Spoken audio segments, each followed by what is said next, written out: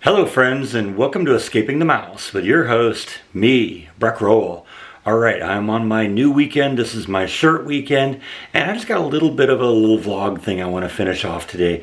You may recall a couple months ago, I went and painted the master bedroom here, and I put these kind of the mint green on the wall and the dark green on the baseboard, and then of course the white on the ceiling. But if you remember those videos, I was also talking about the possibility of adding some lighting in here, maybe something on the floor here, a floor lamp here, and maybe another floor lamp on the wall over here. And I've been kind of thinking about this for a while and haven't really been inspired with anything I saw. But I was just over at Home Depot a little bit ago getting a couple of replacement blueberries for that one that got excavated out of the yard when I had the plumbing problem. And I decided to walk into the lighting department and see what they had. And I found something that actually took me in an entirely different direction than what I was originally thinking. Like I said, I was originally thinking like a floor lamp or something. But I found these cool little spotlight things on like a little pedestal. And they're like 6 inches tall. And you can just aim it in a particular direction against the wall, and it would add some light to the room. And when I do lighting, you know, in an environment like this, I kind of like to keep it subtle. I don't want to be overwhelmed by the light. In fact, a lot of times in places what I'll do is, rather than actually having direct light coming from a source, I'll have diffuse light where I'll like shine the light at a wall or at the ceiling or something, and that will be the diffuse light will be the light that fills the room. And I'm going to do that here, and I think these little pedestal LED spotlights will be perfect for that. Let me show you what I got. So this is what I got here, and I actually think these are going to be perfect. Like I said, they're tiny. You know, they're maybe 6 inches tall, but it's just a little flat platform and a little spotlight on it. And I think what I can do is I can put it up on the top of these shelves, shine one of them from that corner into that corner of the wall, one from that corner into that corner of the wall. And I think that'll give me the lighting effect I want. So I'm going to install these and see what they look like. I also got a nice little extension cord that I can run down there. And I think that's going to solve my lighting problem in here. So let's take a look at what that looks like. So this is a good example here of what I mean by indirect lighting. These are the lights that I put over the fireplace in the living room. And these are actually the lights that I use when I do the live streams. Because what I do is I light up that wall, and then the couch is right here where I do the live stream. So this is kind of a setup here from today's live stream. I've still got the laptop in position. And I'll be sitting here and I will be lit up by this. I don't use these lights overhead because that's overwhelming, but this gives me a real nice natural color, and it gives me a kind of, it doesn't look like a spotlight because the light is coming at me from not 4 distinct points on there, but it's a kind of a flat white surface on the wall here.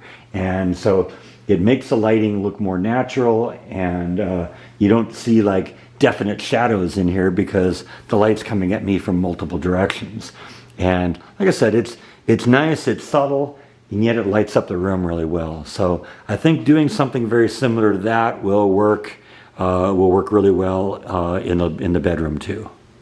Okay, so this is what the thing looks like. It really is kind of a tiny little thing, but that's honestly all I really think I need. Now, I wasn't really sure how much light this thing throws. It says 315 lumens on the packaging, but it's still a little hard to, figure out exactly what that means. Generally, 1 lumen is 1 candle power.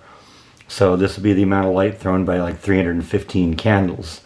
I was looking at it in the store. They had one that was on, but it was really hard to determine how much light it throws because when you're in the light department at Home Depot, every single light is on. So it can be hard to tell, which of the light that you're looking at is coming from this thing. So this is really kind of my first chance to look at the thing and see it on and figure out how much light it does. But it actually throws a decent amount of light. So that's just one here. And, I could aim that. Like I said, I'm going to probably put it up on the top up there and aim it at that corner, and then put another one on this side over here and aim it at that corner. And I think that'll do a lot to help light up the room a little bit.